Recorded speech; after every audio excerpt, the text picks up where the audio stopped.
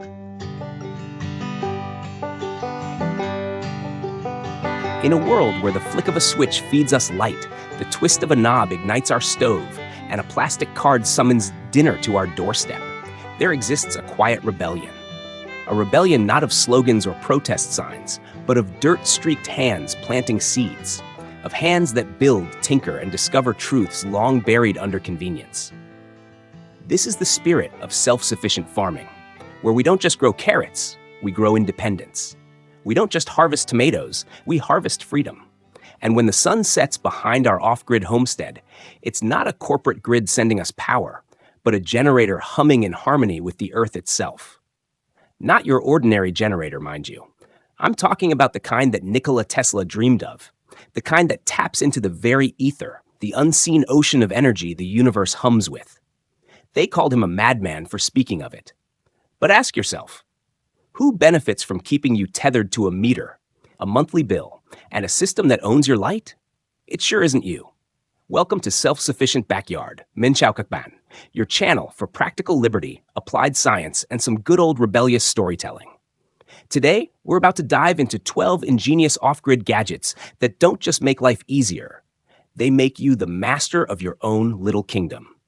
Each one is a tool, yes, but more than that, each is a vote cast in the eternal referendum between freedom and control. Before we unbox this treasure chest of technology, let me tell you a little story. Not from ancient textbooks, but from the life of Richard Proenneke. In 1968, Richard packed up his tools and walked into the Alaskan wilderness, building his log cabin by hand, alone, from scratch. No blueprint but his mind, no supply chain but the forest itself. Every nail, every hinge, every trickle of water through his homemade sink, all served one purpose: sovereignty. I have found that some of the simplest things have given me the most pleasure, he wrote in his journal, and in that simplicity lay the ultimate luxury: freedom. Richard didn't have today's gadgets. He carved wooden hinges when we could 3D print them. He relied on muscle where we could use biogas. And yet the spirit is the same. When you control the means of your survival, you control the narrative of your life. Now imagine blending that pioneer grit with the sharpest edges of science. Not the science sold to you by sponsored journals and corporate-funded labs, but the raw, unfiltered science of the curious mind. The science that questions why water can boil under a vacuum at room temperature. The science that remembers Victor Schauberger, who dared to say, comprehend and copy nature. Schauberger didn't look at a river and see water flowing downhill. He saw a vortex, a dance of energy that, if harnessed correctly, could power a village. And what did they call him? A crackpot. Yet here we are, with modern versions of his water turbines, spinning quietly in off-grid backyards, generating clean power without a drop of oil burned. Every gadget we explore today carries a piece of this untold history. Not just tools, but symbols of a much older philosophy: the right to choose how you live, how you power your life, and who holds the keys to your survival. The biogas system that turns table scraps into cooking fuel isn't just eco-friendly. It's an alchemist's trick, transmuting waste into gold. The gravity light, pulling energy from nothing but the weight of the earth itself, is a whisper from ancient engineers who built pyramids without fossil fuels. And yes, before you ask, we will talk about water filters, but not the kind that just make tap water taste better. We're talking about filters so advanced they'd make a medieval alchemist jealous, stripping out heavy metals, pesticides, and invisible poisons the industrial age left behind. Because sovereignty starts with the water you drink, the air you breathe, and the power you create. Libertarianism, the sacred, uncorrupted heart of it, isn't just a political theory. It's what happens when you take responsibility for your own existence and declare, I will not outsource my survival to a system that profits from my dependence. Every gadget we share today is a step toward that sovereignty. A solar panel that doesn't need permission from the utility company. A toilet that turns waste into fuel without a government sewer. A solar air heater that turns sunlight into warmth without a grid. We are the heirs of every homesteader, every tinkerer, every free thinker who ever refused to kneel before a system that claimed to know better. From Diogenes the Cynic, who lived in a barrel and defied Alexander the Great, to the farmers of ancient Mesopotamia who first understood the power of irrigation. All of them whisper to us through these tools. So settle in, friends. What you're about to discover isn't just a product list. It's a roadmap to the oldest dream of all: to live free, to live true, and to build a world where no one holds the switch to your survival but you. Let's begin.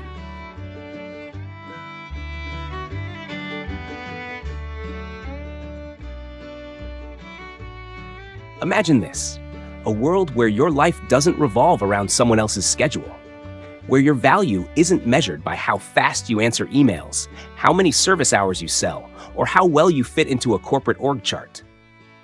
In a truly self-sufficient economy, one built on real productivity, not service-based busy work, you wake up every day knowing that your survival, your comfort, and your prosperity depend directly on what you create with your own hands, your mind, and the land beneath your feet. This is not a utopian fantasy. This is libertarianism in its most sacred form: the unshackled individual, building a life from the earth up, accountable to no one but nature itself. Service economies are designed to keep you running, not running free, but running in place, faster and faster, like a hamster trapped in someone else's wheel. Every cup of coffee you pour, every call you take, every meeting you sit through, it's all part of a machine that exists to harvest your time and sell it back to you as convenience. But convenience is the sugar water of freedom. It tastes sweet for a moment, but it leaves you empty, powerless, and ultimately dependent. The self-sufficient economy, on the other hand, is a feast, a banquet laid out by your own labor, where every tool, every technology, every innovation serves one master: you. That's why today's off-grid gadgets aren't just cool toys. They are weapons in the fight for personal sovereignty. Take the turbulent hydro system, for example. This little marvel doesn't just harness the power of water. It harnesses the ancient promise that anyone living near a river can power their life, no middleman required. I want you to picture a monk in 12th century Tibet, carving water wheels by hand, understanding the river not as a resource to be exploited, but as a partner in survival. Now fast forward to today. Same river, same power, but now you control it with cutting-edge turbines that work with nature instead of against it. No permits, no approvals, just you and the flowing current. That's freedom. Or consider the home biogas system. If you think of waste as something to be flushed away, you've already lost the battle. In a self-sufficient economy, nothing is waste. Everything is potential. Banana peels become cooking gas, kitchen scraps become fertilizer, and every flush of the toilet becomes a step toward independence. This isn't just smart technology. This is ancient wisdom dressed in modern clothes. In medieval Japan, farmers understood that every bit of organic matter was a treasure. They collected human waste, what they called night soil, and used it to enrich their fields. They knew, long before anyone coined the term circular economy, that the cycle of life feeds itself. Home biogas simply brings that ancient truth into the 21st century, turning every meal into energy for the next. And then there's the Lavario washer, a humble device that takes the drudgery of laundry and transforms it into an act of self-reliance. No electricity, no complicated parts, just you, some water, and the power of simple mechanics. It's the same spirit that powered the first treadle sewing machines or the hand-cranked drills of frontier blacksmiths. Tools that amplify human effort without replacing it. There's something profoundly liberating about washing your clothes with your own hands, knowing that you're not at the mercy of a power grid or a supply chain. It's a small act, but every small act of independence adds up to a life of freedom. This is the heart of true libertarianism, not the caricature painted by its enemies, not the straw man built by those who profit from your dependence.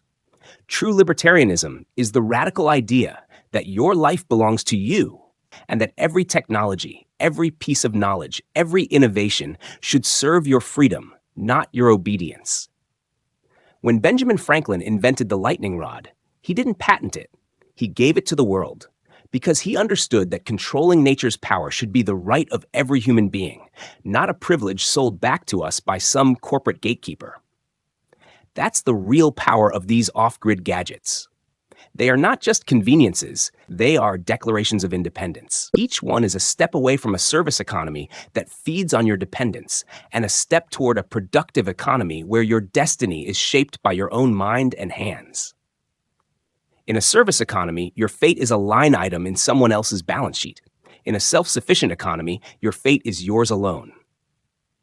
History is full of people who understood this. People like Henry David Thoreau, who walked into the woods not to escape society, but to build a new kind of society, one where the individual is sovereign. "I went to the woods because I wished to live deliberately," he wrote, "to front only the essential facts of life and see if I could not learn what it had to teach." Every off-grid gadget we highlight today is a modern expression of that same deliberate living. Tools that put power back where it belongs, in your hands. And here's the real punchline. The service economy wants you to believe that self-sufficiency is primitive, backward, even impossible. They want you to believe that you need them, their electricity, their processed food, their endless subscriptions and service plans. But every one of these gadgets is proof that they're wrong. You can generate your own power. You can purify your own water. You can heat your own home, grow your own food, and yes, even turn your own waste into fuel. Every act of self-sufficiency is a small revolution, a vote for freedom in the only election that truly matters, the election between dependence and independence. So as we explore these technologies together, remember, we're not just talking about gadgets.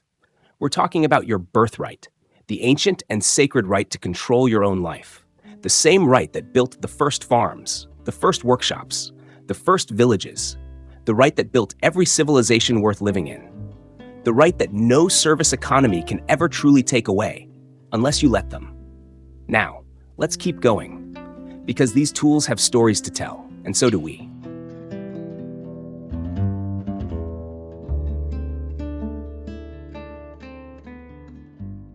If we want to talk about sustainability, real sustainability, not the kind printed on tote bags at corporate-sponsored climate summits, we need to start with a deeper truth. A self-sufficient economy is the only sustainable economy. Period. Because when every home is its own power plant, every backyard is its own grocery store, and every individual is their own supplier, there is no middleman to corrupt the process. There's no bureaucrat to tax your sunlight, no corporation to patent your rainwater, and no banker to finance your carrots at 6% interest. That, my friends, is what real sustainability looks like. Not just eco-friendly, but power-friendly, freedom-friendly, and future-friendly. Now, the gadgets we're talking about today, they're not just about saving energy or reducing waste, although they do that beautifully. They're about making self-sufficiency so easy, so intuitive that you can start living free faster than you can binge watch a documentary about how bad plastic straws are. Easy installation? That's not a luxury. It's a declaration of independence. When you can set up your own solar panel, your own biogas digester, your own hydro turbine without needing a permit, a licensed contractor, or a prayer to the gods of City Hall, you are practicing pure, sacred libertarianism, the kind Thomas Jefferson would nod approvingly at if he could see you from his off-grid cabin in the sky. You see, the service economy doesn't want sustainability to be easy. If it's easy, you don't need them. If you can generate power with a turbine you installed yourself, why pay an electric bill? If you can filter water straight from a creek into your kitchen sink, why pay a water company? If you can grow your own food with compost you made from your own waste, why buy shrink-wrapped tomatoes from a supermarket that's owned by a hedge fund? Ease of use is revolutionary. It's the difference between dependence and freedom. And that's why every technology we're talking about today is built for ease. Because freedom delayed is freedom denied. Take the turbulent hydro system. This thing is so simple, it's practically a miracle. Drop it into a stream, and it turns moving water into electricity with no dam, no destruction, no red tape. And it's fish-friendly. Because sustainability that destroys ecosystems isn't sustainability at all. You don't need a degree in engineering or a call to your local zoning board to install it. You just need a river and the desire to live free. That's how technology serves liberty, by making independence accessible to everyone, not just the elite with the right permits and connections. Or look at the home biogas system. This isn't some futuristic lab experiment. It's ancient alchemy brought into your backyard. Organic waste goes in, clean cooking gas comes out. It's so simple, a child could set it up. And they should, because teaching your kids that banana peels can cook dinner is better than any civics lesson they'll get in school. Sustainability isn't about sacrifice. It's about rethinking waste, energy, and independence until they're all the same thing. And the easier that process is, the more people will do it. That's why every revolution begins with a tool that anyone can use. From Gutenberg's printing press to the home biogas digester, even the humble Lavario washer, you might think it's just a hand-powered washing machine. But think about this. When you don't need electricity to clean your clothes, you've freed yourself from one more chain. That's a small freedom, but freedom is cumulative. And it's easy. No wiring, no permits, no grid connection. Just you, your laundry, and a machine that works with nothing but your own hands and gravity. Every off-grid gadget we're highlighting today shares that same philosophy. Freedom through simplicity. And here's where the philosophy deepens. Because real sustainability isn't just about gadgets. It's about mindset. It's about understanding that the easier self-sufficiency is, the more people will choose it. And the more people choose it, the stronger the self-sufficient economy becomes. That's the opposite of a service economy, where complexity is profit. In a service economy, they make things difficult on purpose. So you need experts, licenses, middlemen, and subscriptions. In a self-sufficient economy, technology works for you, not the other way around. That's the holy grail of libertarianism, technology that empowers the individual instead of enslaving them. This brings me to a story, the story of Masanobu Fukuoka, the Japanese farmer and philosopher who rejected modern agriculture's complexity in favor of what he called do-nothing farming. His fields thrived not because he mastered chemicals or machinery, but because he learned to work with nature, not against it. His method was so simple, so counterintuitive, that experts called him a fool until his rice fields outperformed theirs. His lesson? Simplicity is strength. And every technology we've talked about today embodies that lesson, the strength that comes from reducing dependence, reducing complexity, and returning power to the individual. And that's what scares the service economy the most. They survive by making you believe that sustainability is hard, that you need them to do it for you. They'll sell you carbon offsets, eco-certifications, and greenwashing campaigns until your wallet is empty and your world is still dying. But the truth, the liberating, revolutionary truth, is that sustainability isn't hard. It's natural. It's as easy as composting, harvesting rainwater, generating power from a stream, or washing your clothes with a crank-powered washer. The only hard part is unlearning the lies they've sold you. Real sustainability isn't about saving the planet. The planet doesn't need saving. It's about saving your sovereignty. When you control your energy, your water, your food, and your waste, you are truly free. Every gadget we explore today is a piece of that puzzle. Each one a tool that makes freedom easier, faster, and more accessible. That's why ease of use isn't just a feature. It's a philosophy. It's the philosophy that says you have the right to control your own survival, and you shouldn't need a degree, a permit, or a corporate subscription to do it. That's the world we're building. Not a dystopia of smart cities and rationed carbon credits, but a world of smart individuals, living free, in harmony with nature and technology. A world where technology serves people, not the other way around. A world where the easiest choice is the freest choice, because freedom should never be harder than dependence. And the easiest path to freedom is through technology that puts power, literal and figurative, back where it belongs, in your hands. Now, let's keep moving, because there's more to uncover, and the story of self-sufficiency is just getting started.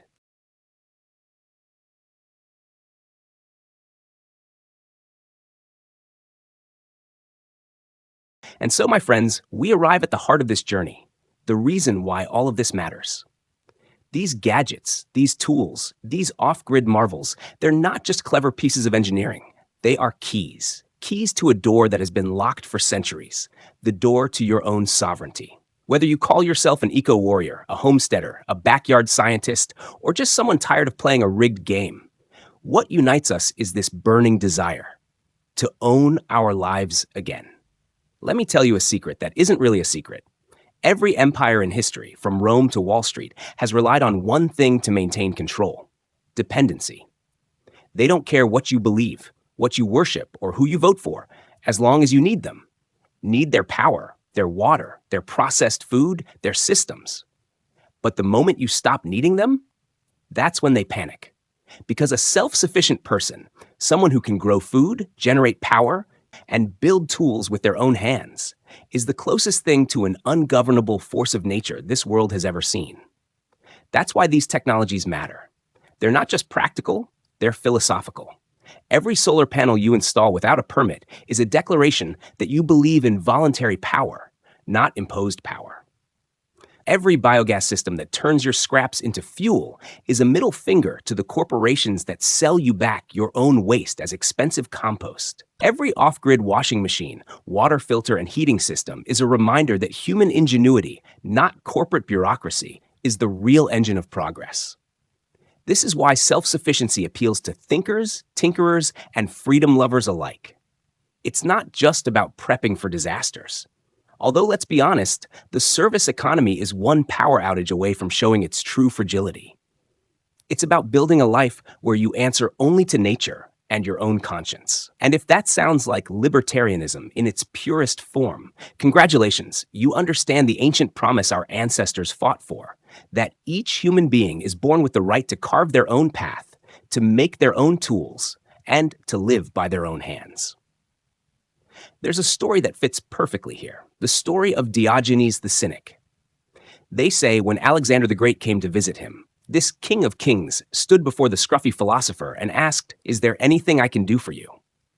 And Diogenes, who lived in a barrel and relied on no one, replied, "Yes, stand out of my sunlight." That's the spirit of self-sufficiency, the power to tell every king, every government, every corporation, the only thing I need from you is to leave me alone. That's why I know this message resonates with you. Because if you're still here, you're not the type to settle for being a cog in someone else's machine. You're here because you want to build your own machine, or better yet, step outside the machine entirely and plant a garden instead. And that's the beauty of this path. It's not about isolation, it's about connection. Connection to the land, to ancient knowledge, to the physics of sunlight and water, and most importantly, connection to yourself. Because the moment you realize that you can power your life with nothing but the earth beneath your feet and the sky above your head, that's the moment you remember what it means to be truly human. So whether you're setting up your first solar panel, experimenting with biogas, or just dreaming of a life where your time belongs to you, know that you're not alone.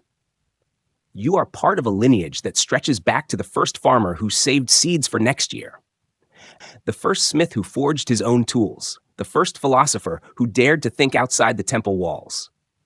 You are part of the great human tradition of makers, thinkers, and rebels.